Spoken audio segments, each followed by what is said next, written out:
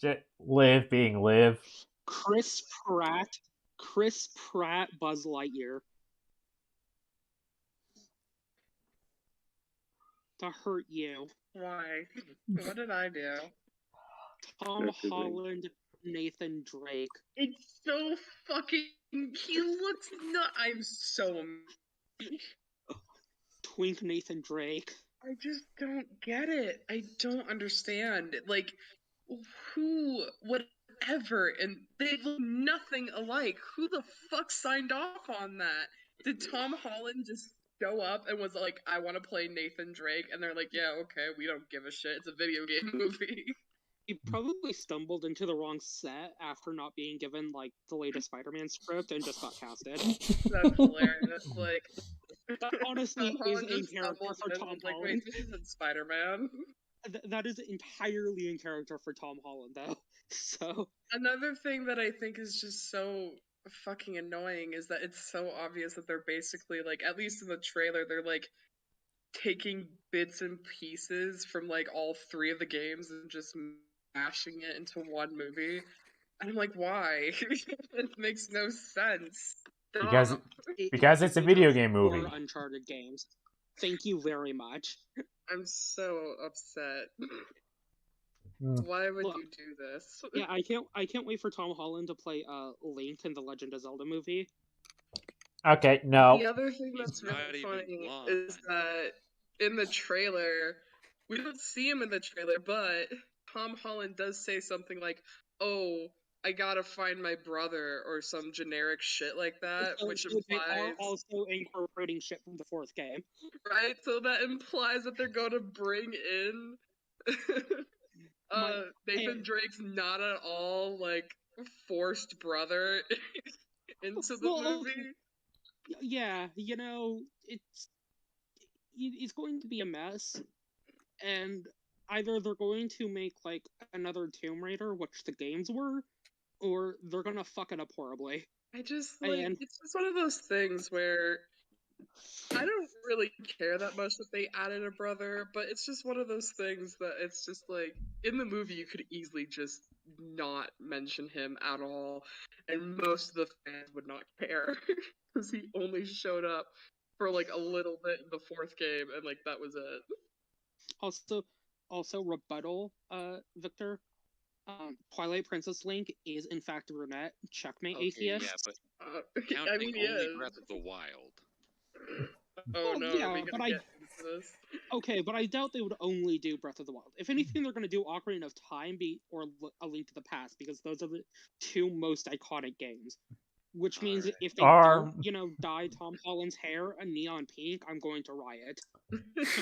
Or they could do that would be pretty good. They could also do the crazy thing and do Skyward Sword first.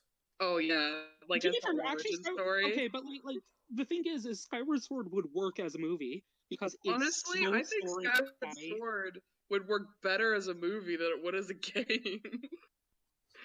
Because the dramatic beats are there, so it would work. Yeah, I'm really glad Skyward Sword HD doesn't force me to use motion controls, or else I'd probably dislike it a lot more. I played it when it first came out, and I think like the problem is that I played it right after Twilight Princess. It's just like incredibly different, and so I just came from like this kind of grim, dark, realistic reality to like this more cartoonish and bright one, and I was like, no, it's not good. It's bad because of that. My God, you sound like that type of assholes who hate on Toon Link. Which, no, I love Toon Link, but I think it was just one of those things where I really wanted another like kind of realistic Zelda game. See, and then we got Skyward Sword, which was mediocre at best, so I was just not into it. My main issue with Twilight Princess is, like, okay, fine, it's dark and gritty and whatnot. It doesn't age well, but I can neglect that. The issue is that it's not scary in the slightest. It's just mildly edgy. I don't know. Maybe this is because I played both Ocarina of Time and Majora's Mask when I was like fucking 10. The Red Dead screams haunt my dreams to this day. It's one of those things where that's when I was a kid, right? Mm-hmm. And I haven't played it since then. I wonder if I were to play it now, if I would still consider it my favorite Zelda game. I guess I wouldn't know. I probably wouldn't, honestly. I think most of it is just nostalgia.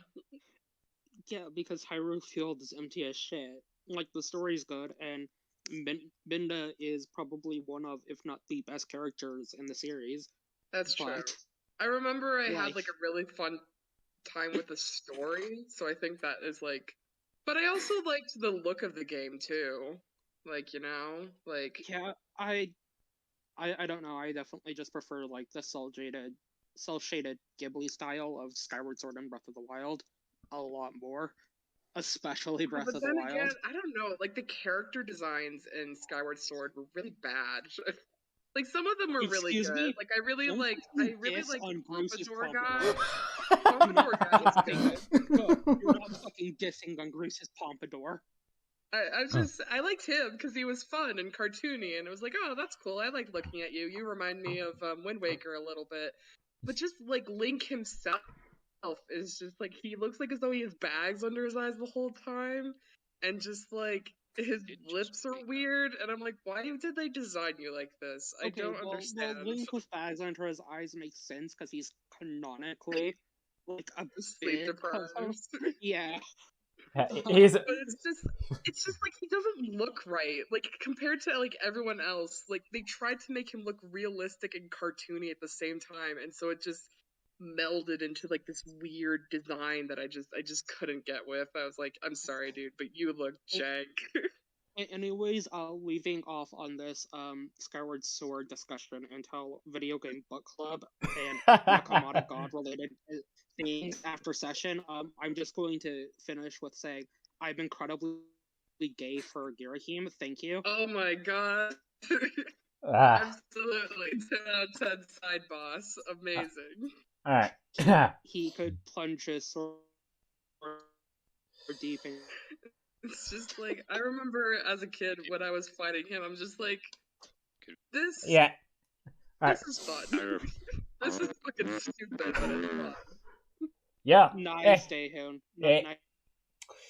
So, alright, we can move on. Yes. So, moving on from our video game book club, we're all here tonight. And it's not Chris Pratt Mario or Tom Holland, Nathan Drake. Yes, it's Nakamata Yahweh. Anyway. Last time, we did a bit of downtime. But right before we got to that downtime, Miss Olivia decided to be a jackass to everyone that wasn't Sterbon or Chomper. So, they tried to carbonate his water arm, Arson's water arm.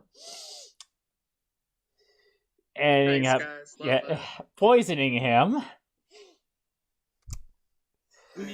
The forbidden McCoy. You know what? I think after you guys made my arm into like a fish tank and then tried to make it into kombucha and like all this shit, I think from now on, if I'm not here, Arson refuses to let live. Like,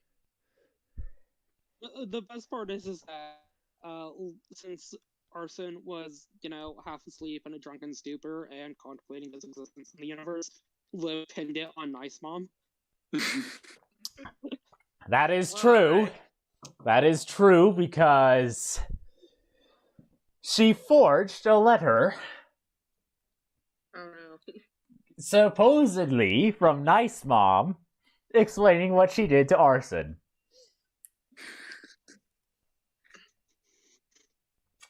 Arson would forgive Nice Mom. He would not forgive Liv.